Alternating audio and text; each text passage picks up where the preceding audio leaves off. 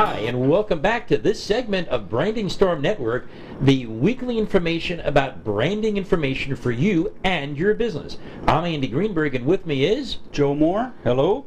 And in the past segments, we have been talking about what is a brand, how to develop a brand. And for those who are joining us for the first time, these are all in the archive files on this particular network. This week, we are going to be talking about a mission statement and branding. Are they interrelated? Why? Which one comes first? And how do you develop each? And Joe, let's start off with a mission statement. What is a mission statement, and how important is it even to the smallest business? Well, I think every business should have a mission statement. That is the statement from the company itself, stating its core values and how they're going to conduct their business. Exactly, and core values also means core competency. So as you take a look at your business, what is it that you are the best at doing? And how are you going to be bringing that to the marketplace to continuously be in business? That's your mission statement. For example, if we take Blockbuster, which we're all familiar with, or Hollywood Video, their original mission statement was to provide videos and movies as home entertainment in a box form from a store to the individual homeowner as the VCR and DVD grew. Unfortunately, the marketplace changed. Absolutely. And they did not change that mission statement, because what it really should have been is to provide movies and entertainment to the home and have the industry progress with it, be it through Redbox or be it through any other avenue which is now available that took them out of business. So that becomes very, very important. What is your core competency, and how do you continuously bring that to the marketplace? Yeah. And so many businesses fail to do that. So what we need to do as a first step is, one, identify what you are best at doing. Number two, identify how you're going to bring that to market as quickly as possible. But there's a flaw in that whole theory, Joe, and that is, if you as the business owner have that information captured, what's the first thing that you need to do with it? You need to take and share that mission statement or those core competencies with your employees. Sure. If you overlook your employees and go straight to the market with it, your employees will not communicate that mission statement to your customers every time they touch them. And a real test of knowing how that mission statement is being executed is when you're dealing with a customer, they know your mission without even reading it, because they feel it and they sense it through your employees, through your actions, and in everything else that you do. That's the importance of giving it to the employees. But you know what happens sometimes, Joe? We tell an employee about a mission statement, but we do it one time.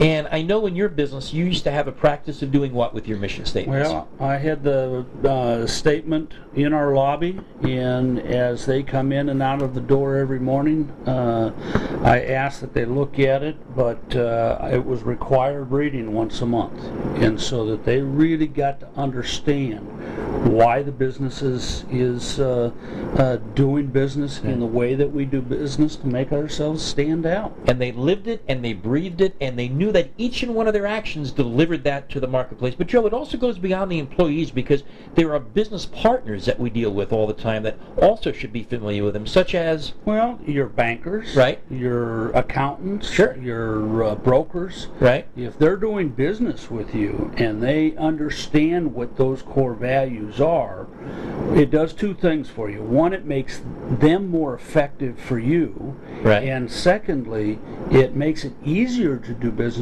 with them because they know the things that you will and will not accept. Right.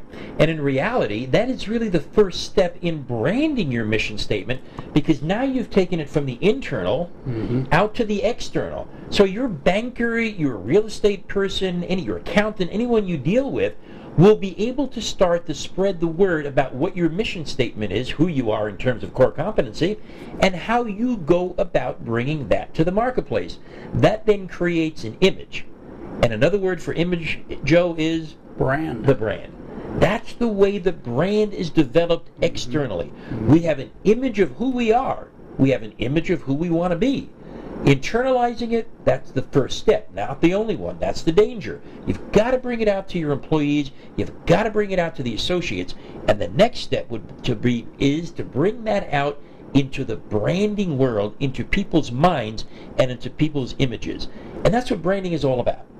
Absolutely, and when your employees are translating that message that you have in your mission statement and your brand well enough, your customers will not need to read your mission statement. Sure, They'll absolutely. know because of the way your employees are handling them. And as a quick summary, let's take a look at the hotel industry. Basically, people go to a hotel to sleep at night. But yet there is a difference, and we're not saying one is better than the other, it just has to do with a mission statement, between a Motel 6 and a Four Seasons. Each one of them has a different mission statement. The one for the Motel 6 is to provide the guest with the basic values required for a good night's sleep. Nothing wrong with that. They built a terrific empire on that. The Four Seasons, however, is to do the same with added luxury. And the employees know that, because you know that when you walk into a Four Seasons hotel, you're not going to see a Motel 6 attendant. On the other hand, when you walk into a Motel 6, you're not going to see a Four Seasons employee. Correct. And that's how that mission statement is translated into the brand that we all need to do for our businesses. Yeah. And this segment, what we have done now is explain what the mission statement is, began to translate that into the brand, the communications, the media, and the very next segment will give us the avenues on how to take that brand, your mission statement, into the marketplace. So we'll have all that information ready on the next segment. I'm Andy Greenberg, and with me is Joe Moore. and we'll see you again on the next segment. Thank you.